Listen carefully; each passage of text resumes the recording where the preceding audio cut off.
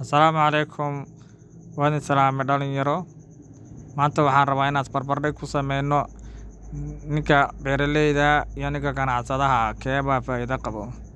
Aniga ahaan ninka beeraleyda ayaa faa'iido qabo.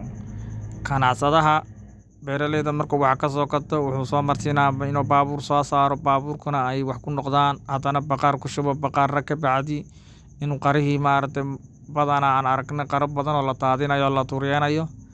Marka intaas oo dhan waxaa ka madax bannaan ninkii beeraleyda wax khasaaraha ma qabo. Ninkii ganacsadaha ahaana wax intii baabuurka la saaraya fakanaya, wax baabuurka markii laga dejinayo fakanaya, wax baqaarkii ku halaabaya.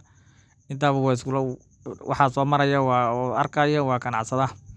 Laakiin beeraleyda wixiisa waa nadiif markay beertu ka soo go'do ilaa ninkan ganacsadaha isaga lacagtiisu haystaa.